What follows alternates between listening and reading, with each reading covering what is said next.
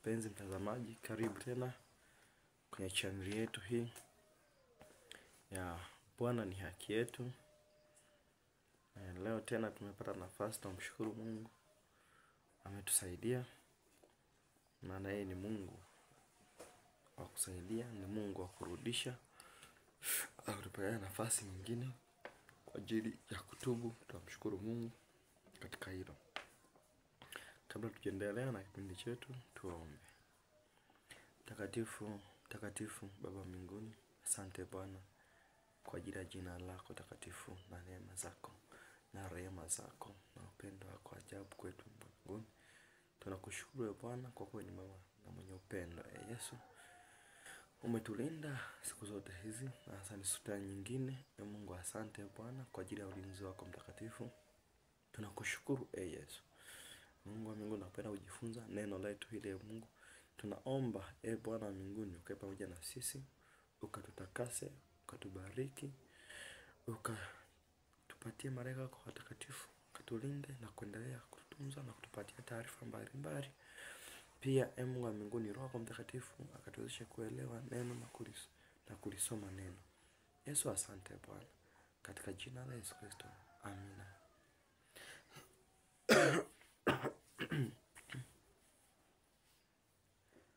Sasa kipindi kilichopita kumbukeni somo tupo pale Efeso. Msingi wetu wa neno ni Efeso 6 mstari wa 12. Kwa maana kushindana kwetu sisi si juu ya damu na nyama, bali ni juu ya falme, wenye mamlaka na wakuu wa giza hili, pamoja na jeshi la pepo wabaya katika ulimwengu wa roho. Sasa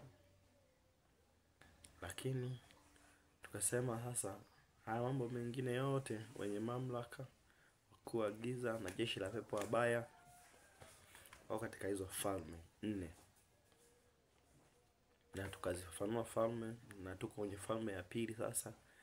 Tulizungumzia falme ya alizini, na sasa hapa tulipo sasa tunazungumzia ufalme wa angani. Na ufalme wa angani tukasema kwamba kuna mfalme ambaye anaitwa Apollo au Mungu jua. Sasa tukaielezea kwa kirefu sana na sasa nafikiri tutamwacha Apollo, japo hatukuingia deep kabisa ndani. Lakini nisema tu kwamba tunafanya summary, otherwise hatuwezi kumaliza. Asa kwa hiyo kwa leo tunataka tuingie kwenye msaidizi wake ambaye ni Malkia, msaidizi wa Apollo au msaidizi wa Mungu jua. Kwa msaidizi wa Mungu jua. Huyo msaidizi wa Mungu jua, tuizungumzia vitu vingi kuhusu Mungu jua mwenyewe na jinsi ambavyo anaabudiwa kwa baadhi ya maeneo. Na inawezekana watu wanaweza kafikiri kwamba huyo Mungu jua kwamba hayupo kwa sasa. Yupo na anaendelea kuabudiwa.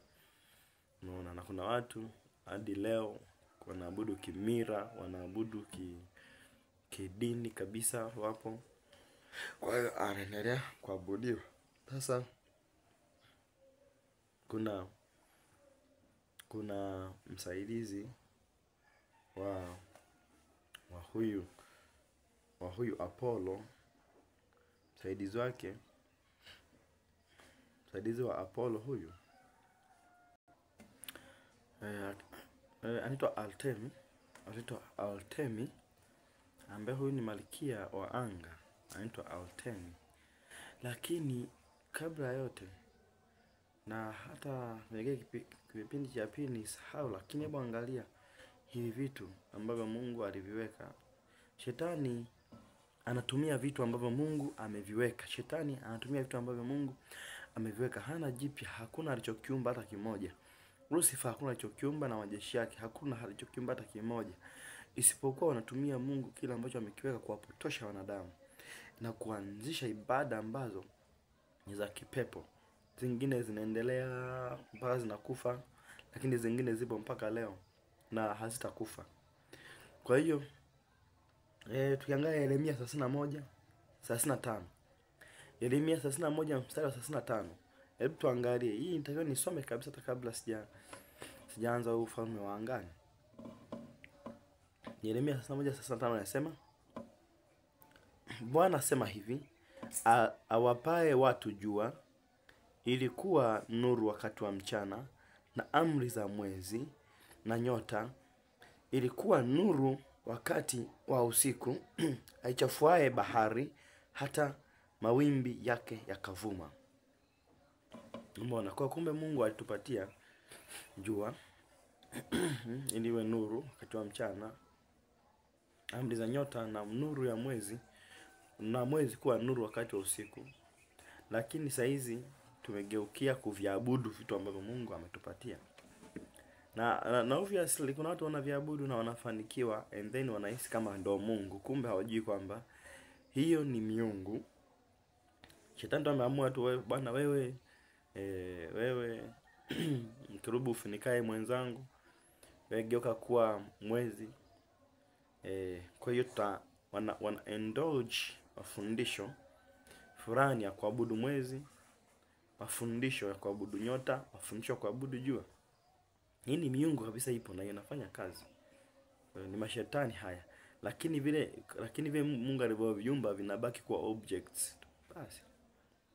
Kwa objects na kuna malaika wanaofanya kazi ya kuviendesha viendelee kuwepo usiku na mchana. Wanaviendesha, manake ni Mungu wa kusustain. Mungu wa kusustain. Angalia miaka mabilioni yamepita huko nyuma. Matrilioni huko, hatujui mimi na wewe. Lakini Mungu vitu vile vimeendelea kuwepo pale pale. Kwa hiyo Mungu ni Mungu wa kutunza, sustainability. Kwa hiyo ndio hivyo. Kwa sasa huyu msaidizi anaitwa Artemi.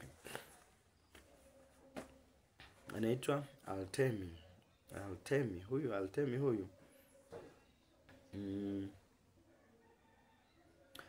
Artemi huyu. Hebu tutafunua, kabla siingia ndani kidogo, tutafunua Matendo ya Mitume 19:28. Matendo ya Mitume 19 mstari wa 28. Matendo ya Mitume 19 mstari wa 28.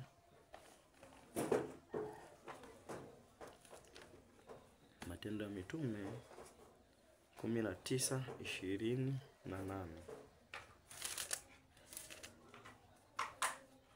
Matendo ya Mitume 19:28. Napenda 19:28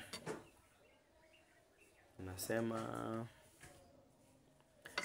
waliposikia haya wakajaa ghadhabu, wakapiga kelele wakisema, Artemi wa Efeso ni mkuu. Unaona, waliposikia haya wakajaa ghadhabu, wakapiga kelele wakisema, Artemi wa Efeso ni mkuu. Natamani kuonyesha kwamba huyu Artemi ni malkia wa anga. Natamani kuonyesha, lazima kusema sasa Artemi ni vipi ni malkia? Angalia. Tutaisoma hiyo Matendo ya Mitume 19 mstari wa nafikiri nianze wa 22. Nasema, akatuma watu wawili miongoni mwa wale waliomtumikia kwenda Makedonia. Huyo ni Paulo huyo. Nao ni Timotheo na Elasto. Yeye mwenyewe akakaa katika Asia kitambo. Wakati huo kukatokea ghasia si haba hapo Asia hapo. Na katika habari ya njia ile, kwa maana mtu mmoja jina lake Demetrio, mfua fedha, aliyekuwa akifanya vihekaru vya fedha vya Artemi, alikuwa akiwapatia mafundi faida nyingi. Unaona, alikuwa akiwapatia mafundi faida nyingi kwa kununua hivyo vinanili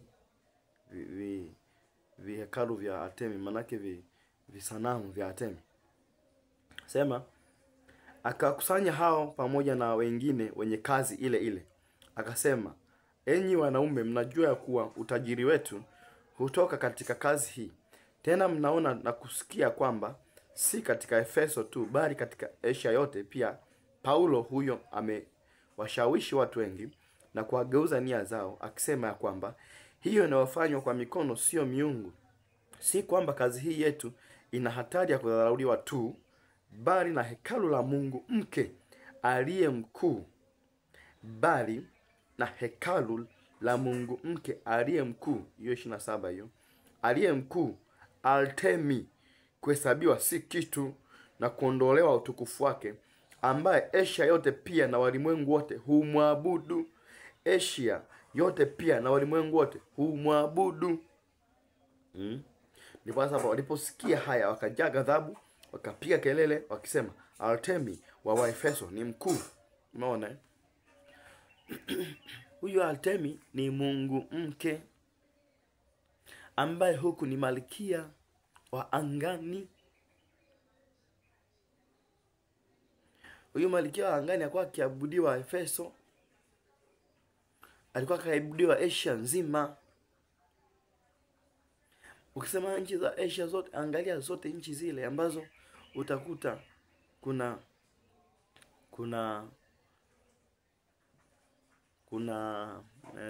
China ipo Asia, Korea Kusini na Korea Kaskazini zipo Asia. Kuna nchi nyingi sana ambazo ukija mpaka India, Afghanistan, Pakistan, zote hizi nyingi za Asia huku. Alafu sasa cha ajabu na nakwambia mambo, hebu angalia sasa. Hizi Asia zote, Asia hii yote, uangalia Asia Pacific yote huko nyingi ni nchi ambazo zina cha kwanza, zinaabudu mizimu kwa wingi sana. Zinaabudu asili kwa kiwango cha juu sana, kama China, kama na Asia yote hiyo mpaka Japani, Asia hiyo.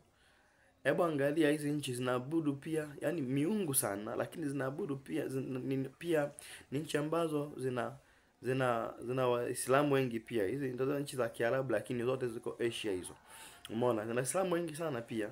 Umeona? Kwa hiyo alafu na huyu Mungu jua huyu yuko kule, na kanani kale Mungu jua Artemi yuko pale, lakini huyu pia ni malkia ambaye yawezekana nembo yake ikawa ile ya mwezi. Yawezekana nembo yake ile ya mwezi. Mungu mke huwa ni mwezi. Mungu mke ni mwezi. Kwa hiyo yawezekana kwa sasa huyu ameabudiwa sana, na alikuwa anawapatia watu faida kwa kutengeneza visanamu. Na ndio mpaka leo huyu Mungu mke yumo kwenye makanisa anaabudiwa. Na katika baadhi ya makanisa ya Kikristo kuna makanisa mengine wanaye kule Mungu mke anaabudiwa kama Medusa wakati mwingine. Wakati mwingine anaabudiwa kama Bikira Maria, wakati mwingine. Huyu Artemi huyu, mimi sitaki kusoma sana, nitamani tu kukuonyesha kwamba yumo, ili kusudi ujue yumo.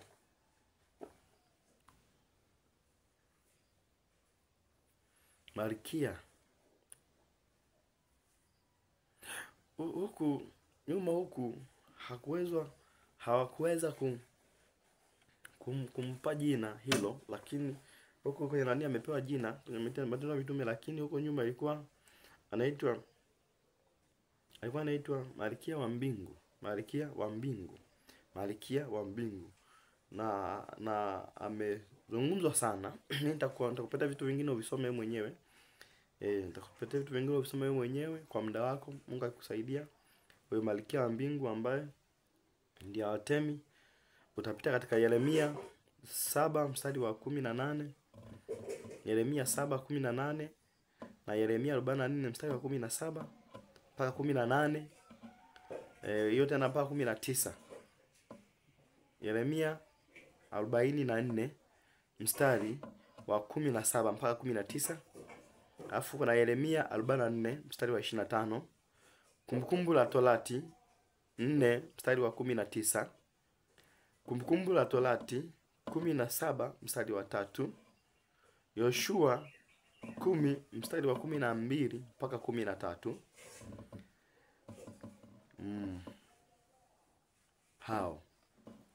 Hiyo mstari hiyo isome vizuri utajua. Na mimi ngoja nitakusomea tu kidogo. Nitakusomea tu kidogo hapa. Nitakusomea tu kidogo hapa. Tumemwona huku ni Altemi, kwa hiyo tutakuja kumfafanua vizuri. Kusomea kidogo katika kitabu hiki cha Yeremia 7 mstari wa 18.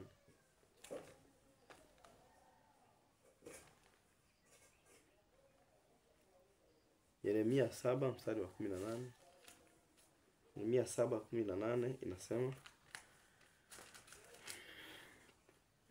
inasema watoto huokota kuni na baba zao huwasha moto na wanawake hukanda unga ili kumfanyizia mikate malkia wa mbinguni na kuwamiminia miungu mingine sadaka za kinywaji wapate kunikasirisha mimi. Watoto huokota kuni na baba zao huwasha moto na wanawake hukanda unga ili kumfanyizia mikate malkia wa mbinguni na kuwamiminia miungu mingine sadaka za kinywaji wapate kunikasirisha mimi. Nyingine utasoma wewe? Utasoma tu. Sasa ngoja nikwambie jambo moja. Huyu ndio malkia wa angani. Malkia wa angani anaitwa Altemi. Huyu Altemi huyu kama alivyokuwa tulivyomwona Azazeli kule. Huyu Altemi, maana Azazeli kwa ni malkia wa ardhi, lakini pia Altemi ndiye malkia wa angani ambaye makanisa mengi sana yanamwabudu kwa kujua na kwa kuto kujua. Malkia wa angani Altemi. Hebu tuangalie hii sasa hali halisi ambayo iko hapa. Na naomba nirudie tu kidogo alao tuelewane kwamba hiyo Yeremia 7 mstari wa 18, watoto huokota kuni na baba zao huwasha moto na wanawake hukanda unga ili kumfanyizia mikate malkia wa mbinguni na kuwamiminia miungu mingine sadaka za kinywaji wapate kunikasirisha mimi. Manake hakuna aliyeachwa katika hili. Watoto walifanya kazi yao, walishiriki katika kumwabudu huyu Mungu. Wakina mama, wakina baba, kila mtu alishiriki. Kila mtu alishiriki. Kila mtu alishiriki. Hebu na ndo angalia hapa sasa, hata makanisani siku hizi ndio ilivyo. Sio mdogo, sio mkubwa, wote wanashiriki. Wote wanashiriki ibada kwa miungu hii.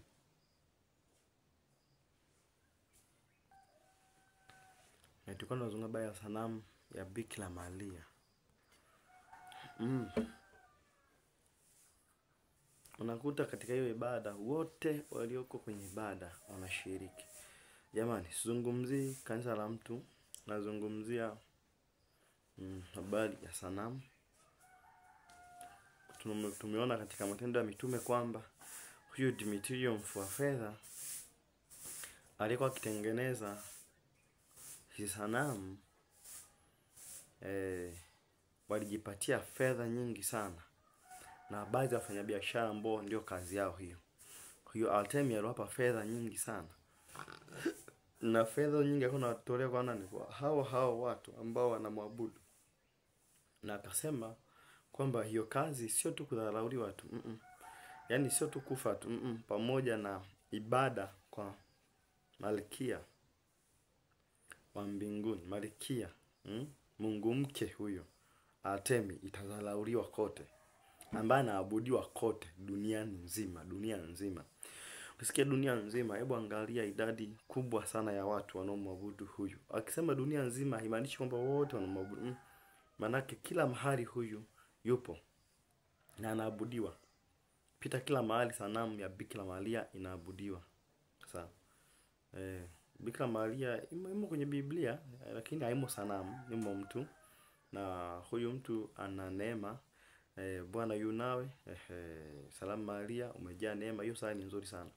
Bwana yu nawe, umebarikiwa kuliko wanawake wote, na Yesu mzao tumbo lako amebarikiwa. Sasa baada ya hapo, baada ya hapo sasa, lazima tumuite mbarikiwa kila siku. Yaani kwa sababu yeye mwenyewe amesema, Biblia imesema kabisa kwamba vizazi vyote wataniita mbarikiwa. Vizazi vingapi? Vyote wataniita mbarikiwa. Vizazi vyote wataniita mbarikiwa. Kwa hiyo lazima aitwe mbarikiwa. Usipomwita mbarikiwa, unajua na wewe pia una shida zako. Na manake wanapingana jambo ambalo Mungu amelifanya kwa Bikira Maria. Kupitia kwake akazaliwa Yesu Kristo, na mpaka sasa tunamwabudu Yesu Kristo, sio Bikira Maria. Na pia huyu Artemi huyu ndiye huyu sasa Mungu mke. Na ndio maana kuna baadhi ya watu wanadai kwamba Bikira Maria ni Mungu mke. Wanadai kabisa na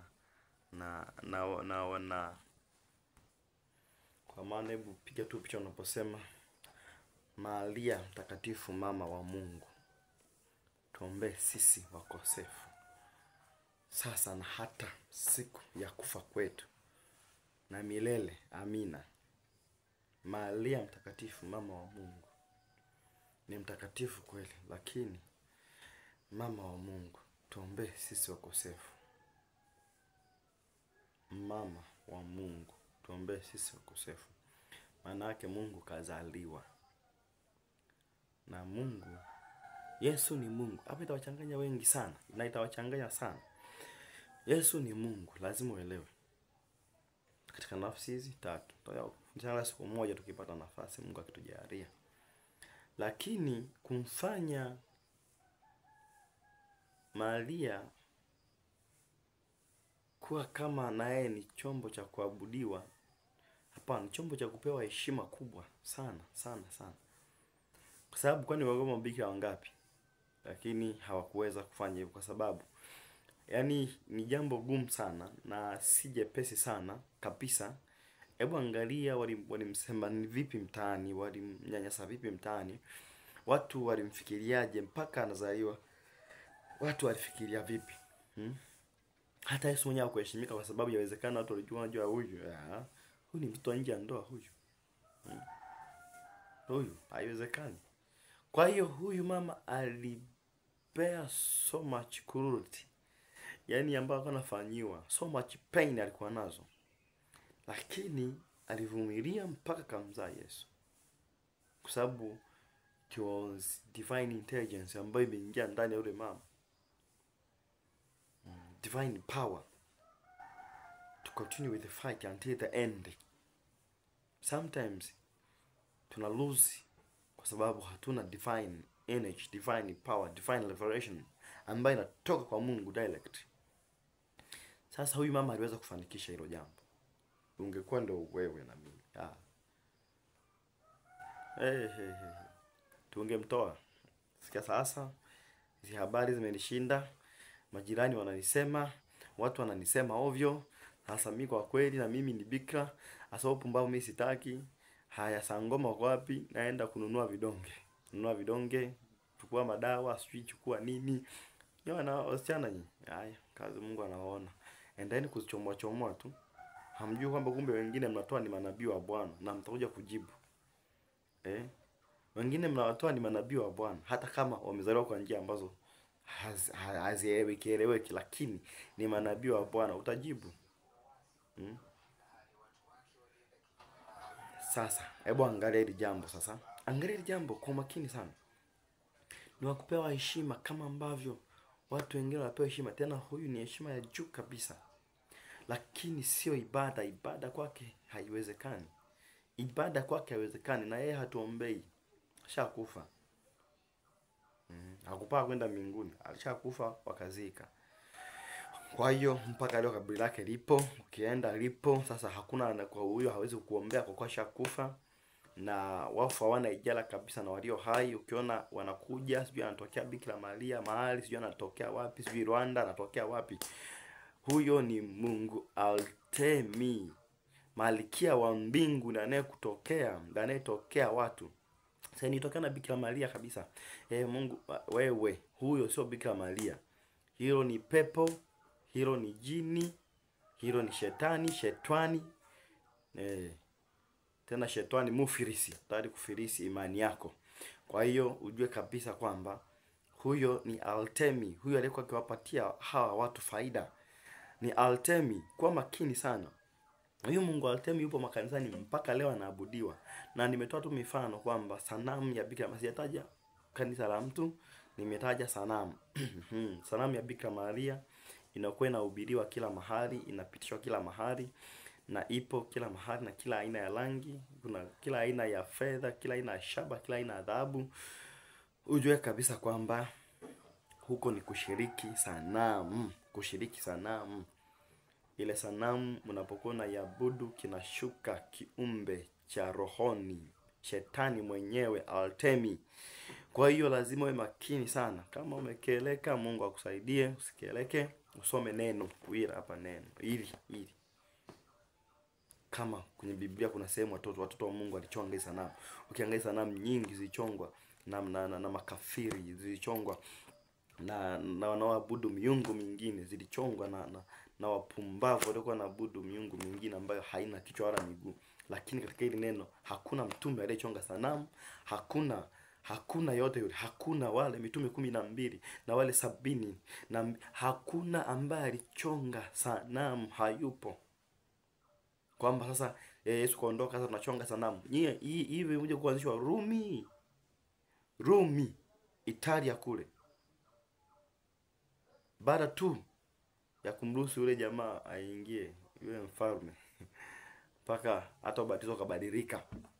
Manake bwana, angalia sanamu, ubatizo ulibadilika, utaratibu wa ibada ukabadilika. Yaani saizi na kuna vitu vikaingizwa mle ndani pia kwa ajili ya kupata fedha, kwa ajili ya kupata fedha pia viliingizwa mle ndani. Kwa mfano, tunasema kabisa kwamba nazungumzia ibada, sizungumzii dini ya mtu, nazungumzia ibada. Sasa tuelewana hapa vizuri.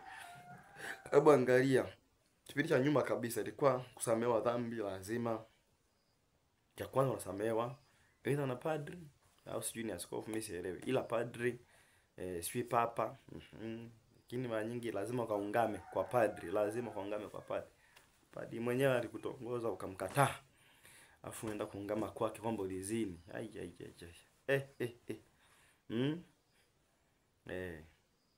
Yaani padri alikutokea ukamkataa, alafu sasa unaenda tio padri, nimekosa mimi, nimekosa sana, nisamehe,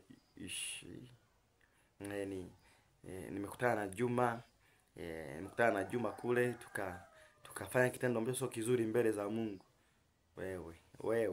Wewe na pale uwezo kumuona yeye ndiye anayekuona pale, sasa anakuona hivi na kachumba maalum. Sasa mimi sijui kote huko, ila kiukweli ni kwamba dhambi zinatubiwa kwa Mungu, sio kwa mtu. Na hazitubiwi kwa sanamu, kwa mtu, sio kwa mtu wala sanamu, ni kwa Mungu wa mbinguni. Katubu dhambi zako, utajua mwenyewe. Kama Roho Mtakatifu akikushuhudia hii bwana, nikaitubu mbele ya watu, nikaitubu kanisani, ikawe ni ushuhuda kwa watu pia, nieleze sawa. Lakini kama Roho Mtakatifu akikushuhudia, lakini ni dhambi, ni kutubu wewe na Mungu wako. Tubu wewe na Mungu wako. Hizi zingine ni shuhuda tu, zipo, lazima zinakuwepo, ni shuhuda. Kama mtu ameamua mimi nataka niende extra mile, kwamba nimebadilika saizi, maana hata kama nitatubu mbele za watu wataona kweli huyu mtu amebadilika, na ni kweli ukabadilika ukamfuata Yesu Kristo, unakuwa ni ushuhuda kwa watu. Kwa hiyo ndio hivyo. Sasa huyu Mungu Artemi huyu ambaye kumbuka bado tuendelea kuwaelezea hawa. Huyu Mungu wa Artemi huyu yuko kanisani, ambaye sasa huyu ni Mungu mke Malkia. Tumesema huyu ndio msaidizi sasa wa Apollo au msaidizi wa jua. Mungu mke huyu ni mwezi, anaabudiwa wakati mwingine, lakini ikaja kwenye extended, extend zaidi, wakaiwekea extension. Maana yake nini? Nasema hapana, sasa sisi huko tunamwekea mpaka nini, mpaka tunamswitch, tunambadilisha tu. Sisi tunamchukua Mama Maria, tunamweka pale sasa. Sanamu ya Mama Maria tunaiweka pale. Iko hivi, hakuna kitu kama hicho.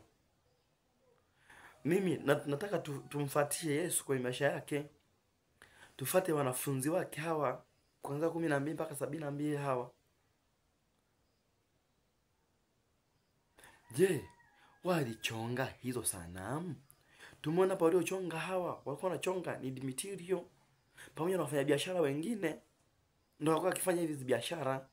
Maana yake nini? Maana yake kuangalia kwa ya kawaida. Jamani, someni Biblia, someni neno, fuateni kwenye neno. Lazima ujiulize mara mbili. Hata unafundishwa hapo kwenye neno, kama hapo kwenye neno, hebu achana nayo. Mpaka sasa tunaangana tu, siku ya 7 Jumapili, siku ya 7 Jumapili, siku ya 7 Jumapili. Hatuabudu siku. Tunamwabudu Mungu, lakini hebu angalieni Biblia inaposema Mungu akifanya kazi yake siku 6 na ya 7 akapumzika. Siku ya kwanza inajulikana ni Jumapili, siku ya 7 ni Jumamosi. Tusingangane vitu ambavyo havina maana. Majina tunabadilishwa tu majina, lakini kwenye Biblia hakuna Jumatatu, Jumanne, Jumatano, Jumapili, Jumamosi, hamna. Una siku ya kwanza mpaka ya 7 ndio vipo. Sasa hizi ibada zimebadilika sana. Nini? Tunamzungumzia huyo Artemi ambaye ni Mungu mke. Nakumbuka jamani, yani miungu wake ambao hawa ni Malkia huwa wakishikilia jambo wameshikilia. Ndio maana Biblia akasema usimwache mwanamke mchawi kuishi. Hebu angalia hata miungu hii. Miungu wake, angalia Jezebeli, angalia sijui huyo Artemi, angalia miungu yote ambayo inahusiana na habari za Mungu mke. Ni hatari sana. Zinaua manabii, zinaua watumishi wa Mungu. Watumishi wa Mungu wako makanisani washakufa kiimani. Hawana kitu ndani kabisa. Wao yani hakuna chochote kile. Hamna kitu, wanasali kimazoea. Washafanya ni mazoea. Hayo mazoea yatakupeleka wapi? Hiyo mbingu ya nani unaoingia wewe? Kufuata vitu ambavyo havipo. Uvivu wa kusoma neno hata nusu saa tu basi, lakini uko tayari unaweza kaangalia, ukatoka kazini ukaangalia movie, ukaangalia sijui kwenye DSTV, ukaangalia sijui kwenye Azam TV, sijui ukaangalia YouTube, ukaangalia TikTok, ukaangalia movie, lakini kusoma neno, kutafuta vitu vya kimungu hutafuti. Unatafuta vya kishetani tu. Unataka mafuta, unataka maji ya baraka, unataka sijui chumvi ya upako, ndio vimekuwa Mungu wako. Unataka una rozari umeninginiza mdoto na tembea nako utafikiri. Lakini ndio rozari kako ona shetani anataka kunyoosha. Una magonjwa na kuninginiza Yesu aliyekauka ameninginia naye. Kwamba tukuone wewe ndio Mkristo sana. Huo ni ulinzi. Watu tumeombea kabisa, wanaweza hizo rozari, wanaweza hizo sijui ndo miungu wanayo hiyo wameininginiza. Lakini kumbe wachawi wamechukua hiyo miungu yao ndo wakaifanya tena, wakaitumia tena kwenye uchawi mwingine. Ika kama terapi. Ifika tu utumie akili, mtoto wa Mungu. Wapi walininginiza hivyo vitu kwenye Biblia? Wapi walininginiza? Wapi walininginiza? Wapi kwenye Biblia mniambie kwamba Yesu akatembea ameninginiza rozari? Yesu akatembea ameninginiza sijui mbiki. Wewe wanafunzi walininginiza wapi? Hizo ishara ni za kwa muabudu Artemi. Acheni. Shetani akiona utamwabudu, kama akikupa fedha atakupa fedha. Hawa walipata mali nyingi, angalia, aliwatajirisha wafanya biashara. Aliwapa fedha nyingi, mali nyingi, wakaendelea kumwabudu. Lakini kuna wengine anapo maskini waendelee kumwabudu. Kuna mtu mwingine ukimpatia maskini atalalamika asubuhi mpaka jioni. Hata sala zake hazina maana tena, kwa sababu hata uombaji, bwana ungekuwa unaomba tu Baba yetu uliye mbinguni, kuliko juu sala ngapi? Sijui sala ngapi za Bikira Maria, sijui sala ngapi za nini, sijui mnara sijui wa nini. Pumbavu huo. Haya masala ushayasoma sana. Haya, huko wapi? Ndo uchawi ndo wamejaa hekaluni, kanisani. Ndo wasengenyaji wamejaa humo, ndo wazinzi wamejaa humo, ndo wasema watu wamejaa humo, ndo waongo wamejaa humo. Hawashuhudii watu wengine.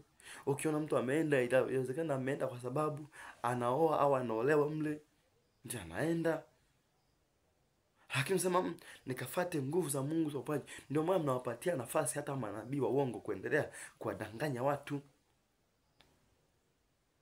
Mna vimaji vya upako ndani na nyinyi. Ndio mnafanya hawa watu waendelee kudanganyika. Kwa sababu nini? Kwa sababu na nyinyi wanaona mnafanya yale. Hamlifundishi neno kikamilifu. Mnafundisha sheria za kanisa watu wengi. Makanisa mengi yamesha kufundisha sheria za kanisa tu, sio sheria za Mungu na kanuni za Yesu. Kanuni za Biblia zimeachwa. Biblia zimeachwa kanuni. Sasa tumebaki tu tunafundisha pumbavu, upotofu.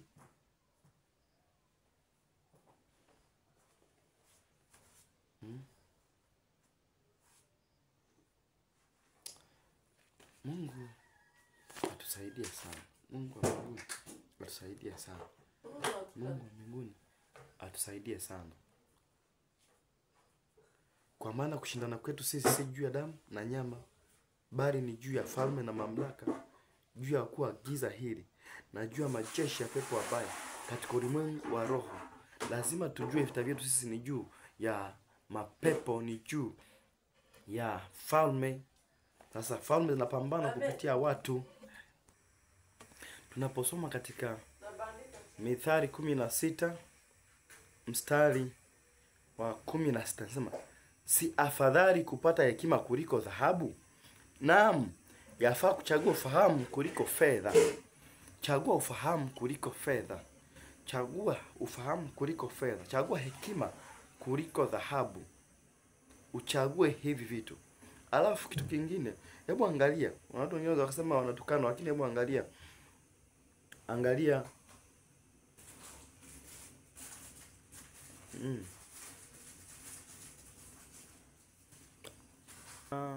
Hiyo Mithali 16 mstari wa 22.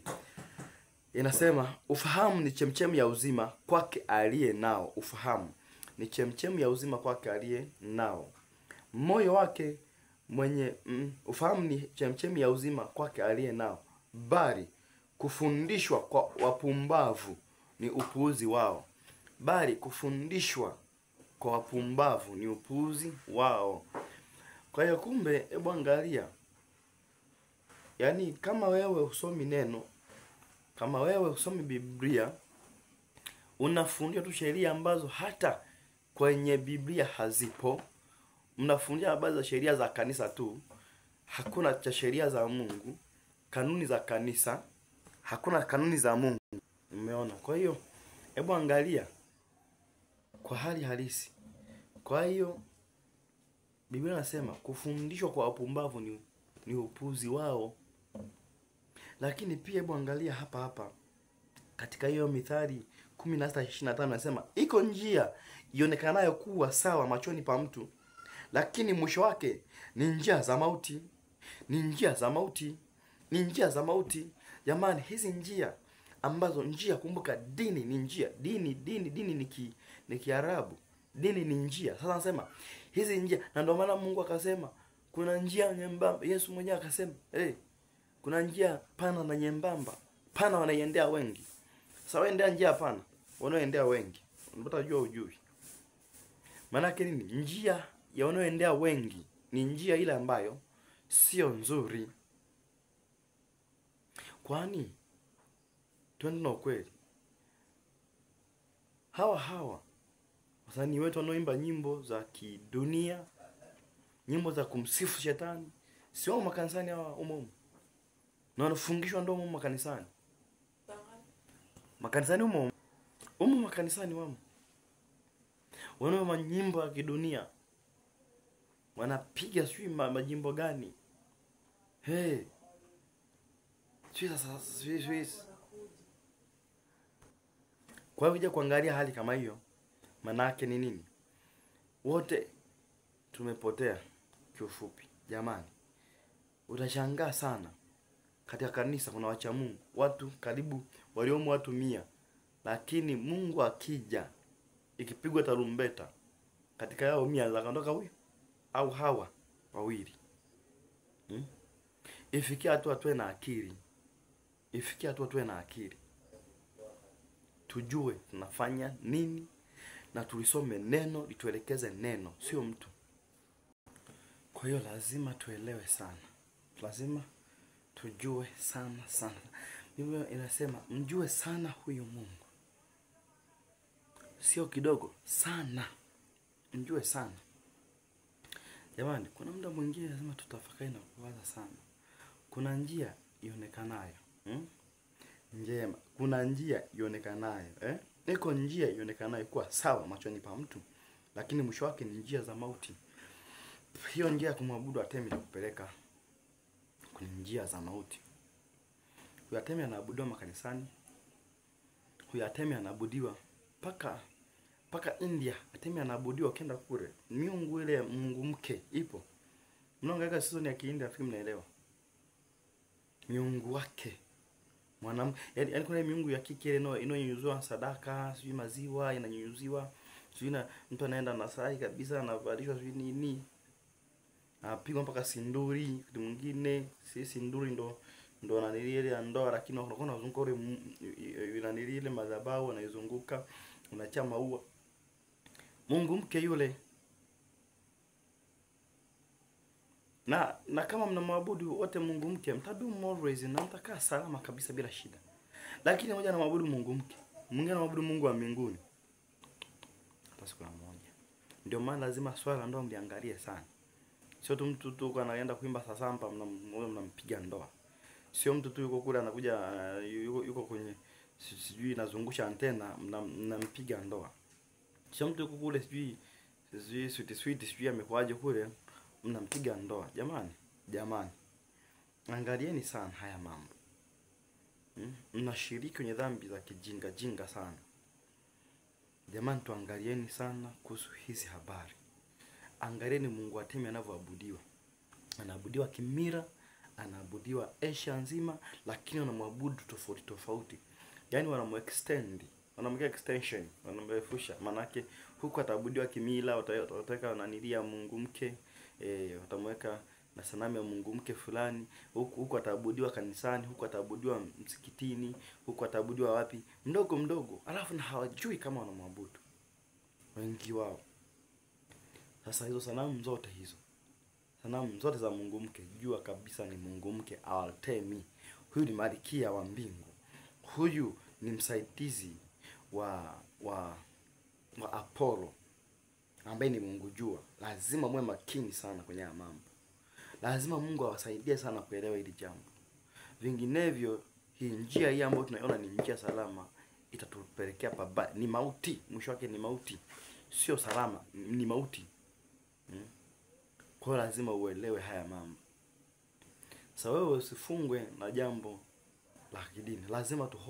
Lazima uhoji through Bible perspective. Na msipokaa vizuri baada hizi Biblia hizi, hamtakuja kuzipata tena.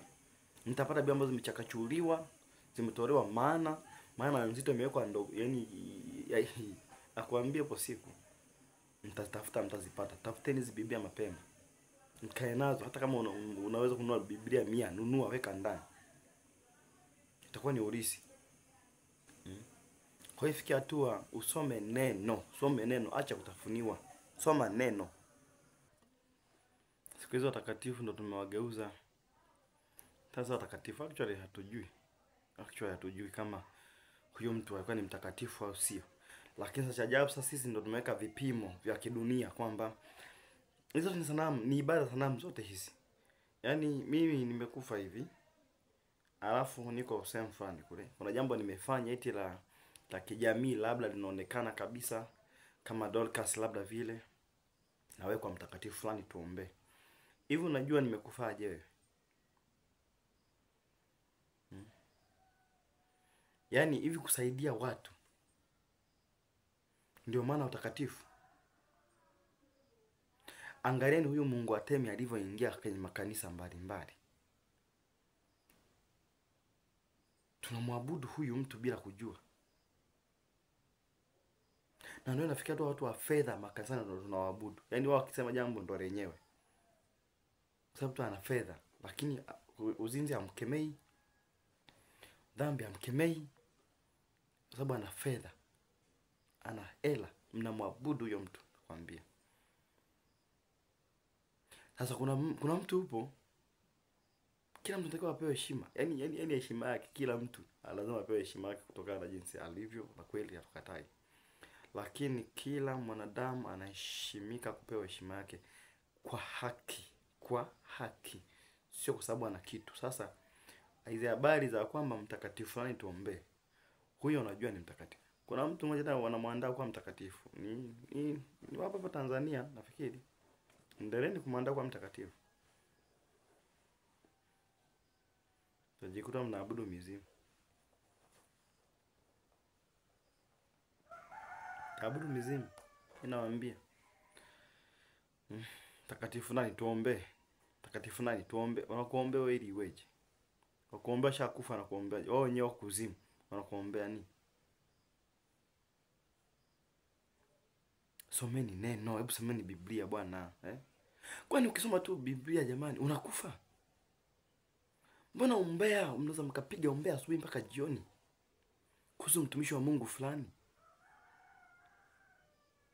Mbona movie mnaangalia mpaka usiku wa manane? Hata saa moja ya neno huna. Hata saa moja kufuatia mafundisho huna. Hebu usifuate hivi mafundisho vya ajabu vya kanisani kwenu. Fuatilia mafundisho ya hii Biblia. Fuatilia watumishi wa Mungu ambao wako wanafanya kazi katika roho na kweli. Ukisikia tu mafuta ya upako, maji ya upako, vile cha upako, njoo tupa kule. Wala usihangaike. Mafuta ya upako. Unajua aje kama ni mafuta ya mtoto mchanga? Kama ni mafuta ya misukuri? Hayo mafuta ndio nao manabii. Wanaona hao mamitume. Wanaona hao sio wachungaji. Hawana upumbavu hao. Ndio hayo mafuta ambayo ndio nao wachawi. Mchawi lazima awe na mafuta ya misukuri. Kwa sababu ana kazi. Mganga lazima awe na mafuta ya misukuri. Haya, maji ya baraka. Hata wachawi wanayo maji ya maiti. Hata washirikina wanayo maji ya maiti. Kwenye moteli hayo mnaokula maji ya maiti, baadhi ya watu wanayo. Maji. Unatishika na maji. Chumvi. Hata kwa mganga zipo.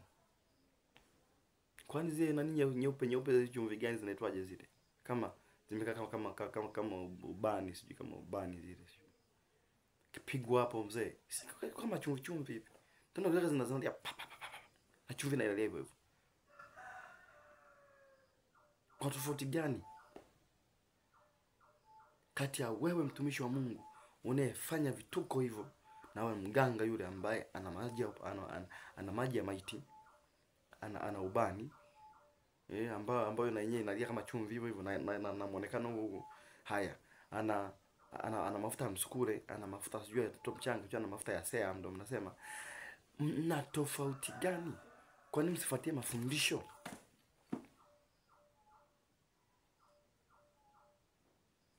Una tofauti gani kati ya uvumba wako wewe na uvumba ule wa waganga?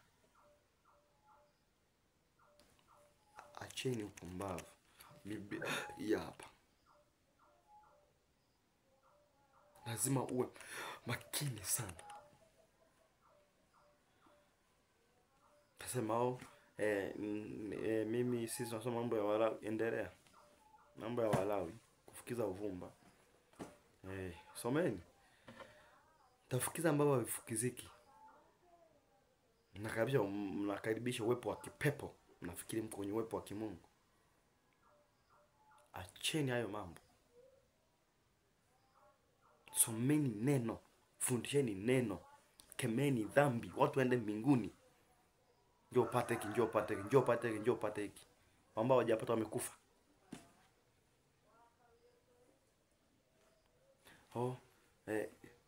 Pokea mme mwenye ma six packs.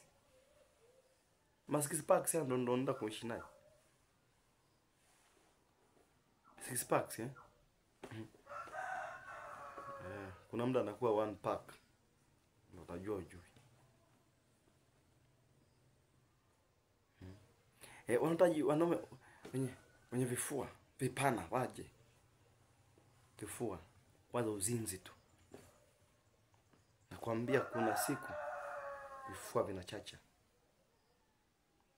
Vifua vinaharibika. Anakuwa na kifua kweli. Na utajua ujui. Utakupa mwaka mmoja tu, miezi 6 tayari. Vipi kile kifua? Kifua kile ni kifua sana, kizito sana.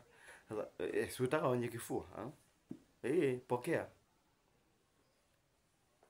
Nifikia tu mfundisha neno, habari za utakataka upumbavu muache. Mimi nataka fedha. Nakwambia sasa basi, mfuate Yesu ache dhambi. Siwezi. Sasa unataka nini sasa? Kufa sasa, labda kama nataka fedha, nenda Freemason. Naenda kwa mitume na manabii wale, upate fedha, baadaye unakutoa kafara. Una fedha, una pressure. Nataka kukuua. Una fedha, una kisukari, nataka kukuua. Una fedha, ndio hiyo na high blood pressure, nataka kukuua. Una diabetes, nataka kukuua. Una fedha, una uvimbe kwenye ubongo. Unalala fedha yako. Umelala mwenyewe, umekaa umelala kila siku huko hoi, unapumua tu ovyo ovyo. Una fedha, umekuwa mnene kama nyumba mpaka unataka kupasuka. Sasa una raha gani wewe eti fedha? Nafikia tu Mungu, umuulize Mungu baraka zako. Sio habari tu kupokea fedha. Hao wote wanaabudu mapepo. Biashara madhabahuni, hao wote ni mapepo wanaabudu. Fanya biashara madhabahuni, aliyekwambia ni nani? Yesu alifanya biashara madhabahuni. Aliuza vitu. Mbona mnakuwa na akili ngumu nzito kuelewa haya mambo? Mwaga hayo mafuta ulipo popote. Mwaga hayo machumvi. Mwaga hayo mchanga yako. Mwaga kila kitu ulichonacho ambacho ulipewa na huyo nabii. Ulipewa na hayo makanisa yako ya kijinga jinga ambayo yanamfanya Yesu kuwa kitu kidogo. Yesu ni mkubwa kuliko mafuta.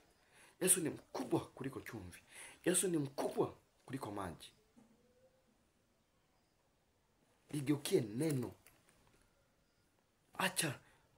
Acha kutafuniwa ndo kama siku hizi yani kuanzia watoto elimu sasa imekuwa ni ovyo kutafuniana tu sasa hizi. Mpaka sasa hizi kuna hesabu ya unachagua majibu. Unapigwa pale hesabu unaanza kuchagua majibu pale. Hivi hiyo ni akili? Ndio unachokitaka hicho. Na ndio elimu zetu zimziangalie mpaka kwenye maisha mnakuwa mnataka kutafuniwa tu. Kama unataka ale amekaa. Unataka pokea fedha, unapokea. Unapokea, una mikono ya kupokelea wewe. Kwa hiyo fikia hatua za jamani. Lazima muelewe nyama kanisa wanaabudu nini. Ndio maana tumesema pale tutazungumzia habari za falme kuu 4 za kuzimu. Falme kuu 4 za Lucifer ambazo ameziweka. Na zinaabudiwa kila mahali. Paka makanisani, paka huko kwenye mamila na desturi. Hasa huyu Mungu Artemi huyu alikuwa anaabudiwa makanisani mpaka leo. Hekalu la Mungu Artemi lipo. Ilikuwa ni uzinzi. Usagaji, ushoga umejaa kwenye ile hekalu. Na watu walikuwa wanabarikiwa. Wanabarikiwa baraka za kipepo. Na Biblia imesema kufanikiwa kwa mpumbavu kutamwangamiza. Kufanikiwa kwa mpumbavu kutamwangamiza. Unaweza kaangamia milele kabisa. Huku duniani ukabaki na heshima, lakini umeangamia milele. Kuna faida gani mtu kupewa dunia nzima na akapoteza roho yake mwenyewe yenye thamani? Sababu utakufa tu. Kufikia tu uangalie, jamani, huyu Mungu Atemi anaabudiwa kwenye madhabahu, na ndio maana kwenye madhabahu kuna uzinzi. Maana yake ni uzinzi huu upo mpaka wa rohoni. Unakuta ni padri, unakuta ni mchungaji, ni askofu, sio ni nabii, ni nani, ni vizinzi. Ndio maagano yao. Sasa kama anaachilia upako, atajua upako gani kama sio wa uzinzi? Kuta nikashirikina ndio uzinzi wenyewe Mungu anaozungumzia. Nikachawi ndio uzinzi wenyewe Mungu anaozungumzia. Maana yake wameenda kuzini kwenye miungu mingine. Ndio kako pale kanafundisha neno. Kako pale kanaombea watu. Kama akatahamisha ushirikina, unataka ahamishe nini? Kinachomtoka mtu ndicho kichomjaa.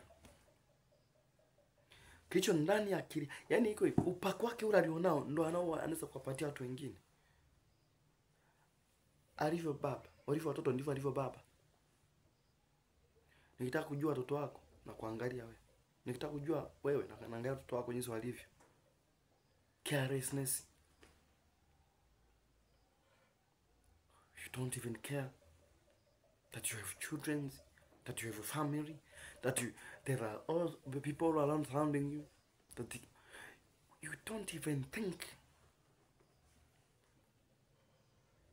Hautafakari. Upo tu kwenye ibada za kipumbavu, upo tu ibada za mafuta, upo tu kanyaga mafuta mpaka mnakanyagana, mnakufa. Kuna maana gani mimi kanyaga mafuta afu nife? Eti na kanyaga mafuta. Kama shetani mko mnamkanyaga kama mnakanyaga mafuta. Ibada ya kukanyaga mafuta. Mko mnamkanyaga shetani kama mnavyokanyaga hayo mafuta hayo. Mngekuwa mbali sana. Toko mkanyaga mafuta, nini kimekuja? Puzi tu ndo ambao umejaa huko. Ifikia tu atue na akili. Ifikia tu akili tumike. Unakanyaga mafuta. Unakunywa maji, unakunywa mafuta. Umekuwa pikipiki wewe. Umekuwa gari unakunywa mafuta. Wewe maraki, yani wewe hapo ulipo ukifa unageuka sheri. Hapo tumbo limejaa tumbo. Utafikia na mimba kumbe amekunywa mafuta. Sasa vipi? Nimekunywa mafuta mengi sana.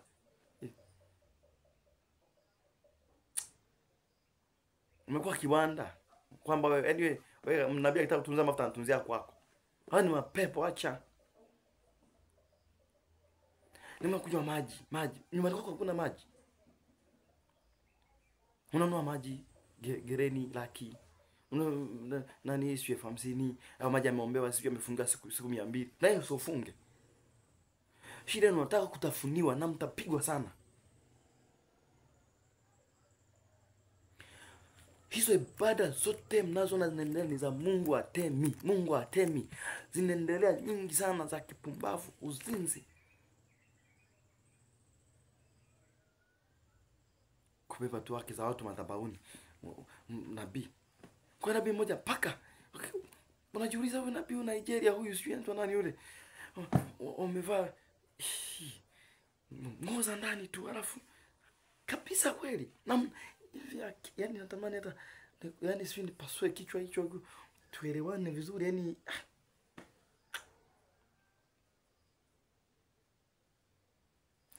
Wanaogeshana madhabahuni. Namuogesha mwanamke. Yani nabii anamuogesha mwanamke ambaye sio mke wake. Mnatolewa kafara mjui. Anachukua mpaka jamani, ni aibu. Kama mganga anavyokuagizaga. Tanywele za hapa, leta za hapa na za kule. Unapeleka na za kule unapeleka. Mpaka manabii sasa wanaagiza. Wanaagiza mpaka kucha manabii. Kucha za nini? Wanakufunga. Kuna vitu vingine hawaambii pale hadharani. Kuna vitu vingine nitafute. Unaingia kule, mnaanza kuuliza mambo ya kijinga sana. Mashoga. Kwa mtu aleta hapa manabii kutoka Marekani, mashoga tutafikiri. Yaani tena ni manabii. Hafu na watu pumbavu kabisa. Ili Biblia huisomi? Hebu someni Biblia. Huyo ni Mungu Artemi anafanya kazi za uzinzi madhabahuni. Kama kwa nini ni mzinzi na utabaki kuwa mzinzi tu? Mungu akusaidie sana. Na Mungu akupatie neema uelewe. Soma Biblia, soma neno. Kila siku wala hata kama ukisoma paragraph moja inatosha kila siku. Soma tu paragraph moja ambayo it doesn't take even 2 hours. Basi hata kama uelewi kuvifafanua, basi soma tu, ipo siku utapata neema Roho Mtakatifu na Mungu atakusaidia katika hayo. Acha hivi vitu. Mungu akusaidie sana. Ninakuombea sana. Nina uchungu sana na wewe. Tunaomba watu, kuna watu wameenda kunyaga mafuta huko, sio kina nani huko.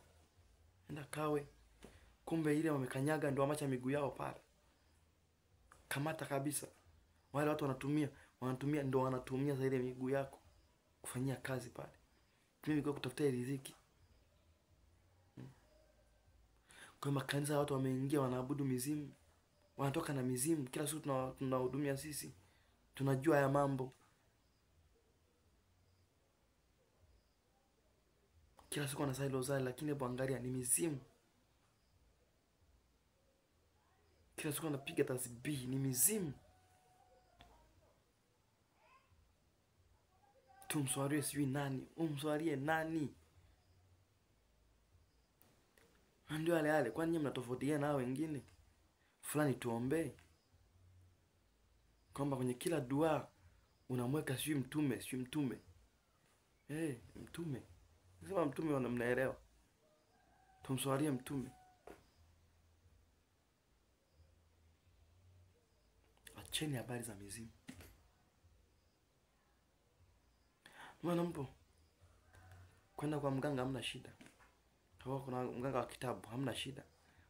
Kuna Uislamu gani unaoruhusu uganga? Uislamu nake ni utakatifu. Uislamu utakatifu, Muislamu mtakatifu. Je, mkijiangalia nyinyi ni watakatifu? Kwa wake wengi. Au mtume karuhusu, Mungu ameruhusu. Mnawapa tabu hawa wanawake.